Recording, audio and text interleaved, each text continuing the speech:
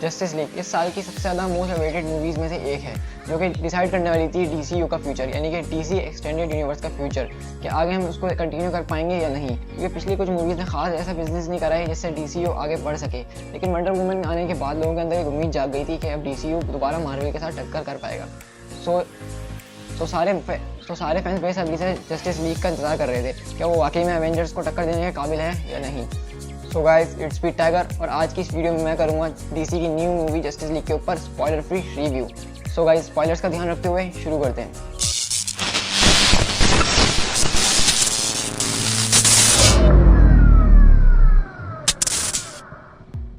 सबसे पहले हम बात करेंगे ओवरऑल मूवी की, जिस तरह कि मैं अपनी हर वीडियो के अंदर करता हूँ। ओवरऑल मूवी अगर हम देखें तो ये डीसी की पुरानी मूवीज़ मैन ऑफ स्टील और बैटमैन वर्सेस सुपरमैन के मुकाबले काफ़ी ज़्यादा कलरफुल थी और काफ़ी अच्छे से डायरेक्ट की गई थी। इसकी दो वजह हो सकती हैं, क्योंकि इस मूवी को दो डायरेक्टर्स ने डायरेक्ट किया है। पहले तो इस मूवी को जैक स्नाइडर डायरेक्ट कर रहे थे, जिन्होंने बैटमैन वर्सेस सुपरमैन और मैन ऑफ स्टील डायरेक्ट की है। लेकिन उनकी फैमिली में कोई ऐसी स्ट्रेटजी हो गई थी जिसकी वजह से वो डायरेक्शन कंटिन्यू नहीं रख पाए, तो उनकी जगह के लिए जॉस व्हीडन ने, जी हाँ, ये वही जॉस व्हीडन है जिन्होंने एवेंजर्स और एवेंजर्स एज ऑफ अल्ट्रॉन दोनों डायरेक्ट की हैं। तो ये भी बहुत बड़े डायरेक्टर हैं इंडस्ट्री के अंदर। तो जब ऐसे दो डायरेक्टर्स एक साथ मिल जाएँ तो फैंस की उम्मीद और ज़्यादा बढ़ जाती है। सो इस मूवी को आप देखेंगे तो आपको लगेगा कि कुछ हिस्से जो हैं जैक स्नाइडर के हैं और कुछ हिस्से जो हैं जॉश व्हीडन के हैं, और ये दोनों हिस्से जो हैं उभर के फैंस के सामने आ रहे हैं। अब बात करते हैं कास्ट की, जो कि सबसे ज़्यादा मेहनत करते हैं इस तरह के कैरेक्टर्स को पब्लिक के सामने लाने के लिए, क्योंकि हम बचपन से डीसी पढ़ते हुए आ रहे हैं और हम लोग का ख्वाब होता है कि हम बैटमैन को लाइव एक्शन में देखें, सुपरमैन को लाइव एक्शन में देखें। तो ये लोग काफ़ी ज़्यादा मेहनत करते हैं फैंस की ख्वाहिश पूरी करने के लिए। तो सबसे पहले हम बात करते हैं बैटमैन की, जिनका रोल बेन एफ्लेक ने प्ले किया है। बहुत सारे लोगों को बेन एफ्लेक से शिकायत है और वो क्रिश्चियन बेल से उनका कंपैरिजन करते रहते हैं, लेकिन मैं कहूँगा बेन एफ्लेक अपनी जगह बहुत ज़बरदस्त एक्टर है बैटमैन के लिए। और मैं कहूँगा कि बेन एफ्लेक ने इस मूवी में भी बैटमैन का रोल काफ़ी अच्छे से प्ले करा और हमें लग रहा था कि हम कॉमिक्स वाला बैटमैन देख रहे हैं। दूसरी बात करें तो वो है वंडर वुमन, जिसका रोल प्ले किया है गाल गैडोट ने, और इनको वंडर वुमन मूवी में काफ़ी हद तक देख ही चुके हैं, तो मुझे कुछ और कहने की ज़रूरत नहीं है। इन्होंने वैसी परफॉर्मेंस दी है जैसे कि इन्होंने वंडर वुमन में दी थी। अब इस मूवी के अंदर बात करते हैं कुछ नए कैरेक्टर्स की, जैसे कि एक्वामैन, साइबोर्ग और फ्लैश। इस एक्वामैन का रोल जैसन मोमो ने प्ले किया है, जो कि काफ़ी फेमस है अपनी गेम ऑफ थ्रोन्स की सीरीज़ के लिए। लेकिन इस मूवी में मैं कहूँगा कि ये रोल उन्हीं के लिए बनाया गया है और इस रोल के अंदर वो काफ़ी ज़्यादा जम रहे हैं। फ्लैश की बात करें तो एजरा मिलर ने उनका रोल प्ले किया है। बहुत सारे लोग इनका कंपैरिजन टीवी वाले फ्लैश से कर रहे हैं और बहुत सारे लोगों को एजरा मिलर फ्लैश के रूप में अच्छे नहीं लगे। लेकिन मैं कहूँगा एजरा मिलर का फ्लैश जो है डीसीयू के अंदर मार्वल सिनेमैटिक यूनिवर्स जैसा स्पाइडरमैन है। जैसा कि स्पाइडरमैन है हर वक्त मस्ती और तफरी में, इसी तरह फ्लैश डीसीयू के अंदर उनका स्पाइडरमैन है। साइबोर्ग की बात करें तो हमने ये पहली बार साइबोर्ग को लाइव एक्शन सीरीज़ में देखा है और इसका रोल रे फिशर ने प्ले किया है, और मैं कहूँगा उन्होंने इसका रोल बहुत अच्छे से प्ले किया है। कमिश्नर गॉर्डन की बात करें तो उनका रोल जेके सिमन्स ने प्ले किया है, और मुझे इनके रोल से कुछ ज़्यादा एक्सपेक्टेशन थी, लेकिन मूवी में इनको इतना ज़्यादा देख नहीं सके। मीरा की बात करें जो कि एटलांटिस की क्वीन है, तो उसका रोल एम्बर हर्ड ने प्ले किया है, और इन्होंने मूवी के अंदर काफ़ी ज़बरदस्त एंट्री दी और हमने इनकी वाटर किनेसिस पावर्स को भी देखा। एमी एडम्स का ज़्यादा रोल नहीं था मूवी के अंदर, तो इसलिए मैं उनके ऊपर ज़्यादा बात भी नहीं करूँगा। अब आते हैं विलन के ऊपर, जो कि है स्टीवन वुल्फ, जो कि डार्क साइड का अंकल है इस मूवी के अंदर। अगर हम विलन की बात करें तो मैं उनसे यही कहूँगा कि अगर ये चाहते तो इस विलन को और ज़्यादा पावरफुल बना सकते थे, लेकिन उन्होंने इतना ज़्यादा पावरफुल बनाया ही नहीं इस विलन को जितना कि ये कॉमिक्स और एनिमेटेड सीरीज़ में हमने देखा है। जेरेमी आयरन, जिन्होंने एल्फ्रेड का रोल प्ले किया है, इन्होंने भी अपना रोल बहुत अच्छे से प्ले किया और मुझे लग रहा था कि वाकई में एल्फ्रेड इस नई बैटमैन के अंदर हम देख रहे हैं कि एल्फ्रेड का रोल बैटमैन के साथ कुछ ज़्यादा ही है, जैसे कि आयरन मैन का जार्विस के साथ। एमेजॉन्स की प्लेटा के बारे में बात करें तो उन्होंने भी अपना रोल काफ़ी अच्छे से प्ले किया है। Last but not the least Superman की बात करते हैं, जिनका रोल हेनरी कैविल ने प्ले किया है। अब आप में से बहुत सारे लोग कमेंट्स में ये बोलेंगे कि यार ये तो स्पॉइलर फ्री रिव्यू था, तो मैंने सुपरमैन के बारे में बात क्यों की।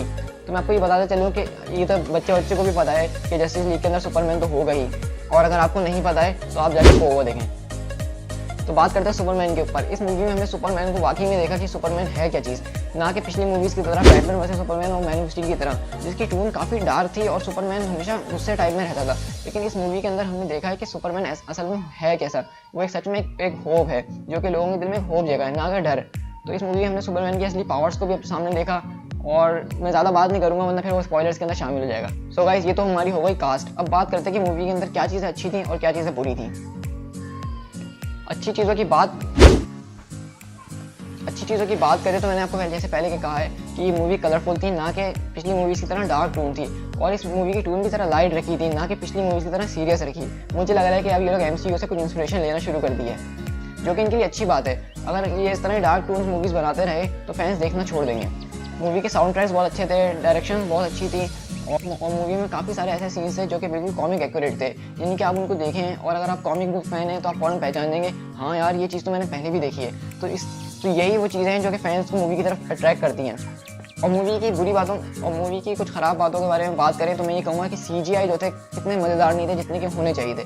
काफ़ी जगह ग्रीन स्क्रीन का यूज़ किया गया है लेकिन सही से नहीं किया गया, जैसा कि हम दूसरी मूवीज़ में देखते हैं। इस मूवी में हमें लग रहा था कि ये कंप्यूटर ग्राफिक्स बनाए गए हैं, हमें कुछ भी रियल नहीं लग रहा था और स्टोरीज जो है बहुत ज़्यादा मिक्सअप कर दी थी और बहुत जल्दी फिल्म जो है भगाई गई है। इसकी एक ही वजह है कि वार्नर ब्रॉस ने मूवी रिलीज होने से पहले ये बोला था कि ये मूवी जो है 2 घंटे के अंदर होनी चाहिए और इसको तकरीबन 1 घंटे की मूवी को कट किया गया है इस लेंथ में लाने के लिए। तो अगर आप मूवी इतनी ज़्यादा काटेंगे तो आप बहुत सारी चीज़ें मिस भी करेंगे। और इसकी एक और बुरी चीज़ ये थी कि मूवी की एंडिंग जो है बहुत ज़्यादा सेटिस्फाइंग नहीं थी। बहुत सारे फैंस सोच रहे थे कि लास्ट फाइट है तो ये कुछ ज़बरदस्त धमाकेदार होनी चाहिए, लेकिन मेरे ख्याल में ये भी उस कट की वजह से ही रह गई। बात करते हैं रेटिंग की। जैसा कि आपको पता है कि DC की मूवीज़ की क्या रेटिंग होती है, तो उस हिसाब से इस मूवी की भी कोई ख़ास रेटिंग नहीं थी। लेकिन मैंने सोचा था इस बार सोचा था इस मूवी की रेटिंग अच्छी होनी चाहिए, क्योंकि इतनी बड़ी कास्ट है और इतनी ज़बरदस्त स्टोरी है तो रेटिंग भी अच्छी होनी चाहिए। और इससे पहले हमने वंडर वुमन देखी थी और उसकी रेटिंग कितनी ज़बरदस्त थी, तो हम भी इस होप में थे कि जस्टिस लीग की रेटिंग भी वैसी ही होगी, तो लेकिन ऐसा नहीं हुआ। IMDb ने इसको दिए हैं 7.6 आउट ऑफ 10। रोटेन टोमेटोज ने इसको दिया है सिर्फ 37% और मैं इस मूवी को दूंगा 7.4। मूवी आपने मेरे पिछले रिव्यूज़ भी देखे होंगे, लेकिन इतनी कम रेटिंग मेरी आपने आज तक नहीं देखी होगी। उसकी बहुत सारे रीज़न हैं, अगर आप मूवी देखेंगे तो आपको पता चल जाएगा कि मैंने इतनी रेटिंग कम क्यों दी है इस मूवी को। मैं इस वीडियो के साथ ये भी बताना चाहूँगा कि वार्नर ब्रॉस को पता नहीं क्या हो गया है कि वो DC की मूवी उसको तबाह करने पे लगा हुआ है। एक अच्छी खासी फ्रेंचाइज चल रही है तो उसको चलने दिया जाए, ना कि इस तरह मूवीज़ को बीच बीच में से कट कर दिया जाए और फैंस के सारे हाइप और सारे सरप्राइजेस तोड़ दिए जाएँ। तो मैं होप करता हूँ कि इस मूवी का फाइनल कट जो आएगा उसके अंदर हमें डिलीटेड सीन्स भी साथ में मिलेंगे। तो गाइस मैं आपको ये भी बताता चलता हूँ कि मेरी नज़र में DCU के अंदर ये मूवी कहाँ पे स्टैंड करती है। तो अब तक DCU के अंदर 5 मूवीज़ आ गई हैं। नंबर 5 पे जो आती है वो सुसाइड स्क्वाड आती है, क्योंकि ये इतनी ज़्यादा खास नहीं थी जितना कि फैंस ने सोचा था। और उसके नंबर 4 पे जो मेरी नज़र में है वो बैटमैन वर्सेस सुपरमैन है। इस मूवी से लोगों को एक्सपेक्टेशंस तो बहुत थी, लेकिन इस मूवी ने वो काम नहीं किया जो उसको करना चाहिए था।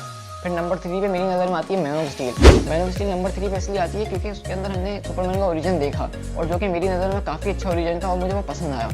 नंबर 2 पे बात करें तो फिर आती है जस्टिस लीग। इसके सारे रीज़न मैं भी अभी आपके साथ शेयर कर चुका हूँ, तो इसलिए नंबर 1 पे आ गई वंडर वुमन, क्योंकि इस मूवी के अंदर स्टोरी थी, एक चार्म था कि लोग इसको देखने के लिए गए और हमारी एक्सपेक्टेशन भी पूरी की गई, ना कि दूसरी मूवीज़ की तरह हमारी एक्सपेक्टेशंस को ठुकरा दिया गया।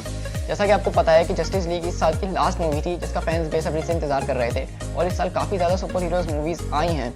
तो मैं आपको ये भी बताता चलूँ कि इस साल की सारी मूवीज़ में से जस्टिस लीग कहाँ पे स्टैंड करती है। तो इस साल 7 सुपर हीरो मूवीज़ आई थी, जिसमें से 2 DC, 4 मार्वल और एक पावर रेंजर्स मूवी थी। लेकिन पावर रेंजर्स मूवी को मैं इस लिस्ट में काउंट नहीं करूँगा, इस लिस्ट में मैं सिर्फ DC और मार्वल की मूवीज़ को ही काउंट करूँगा।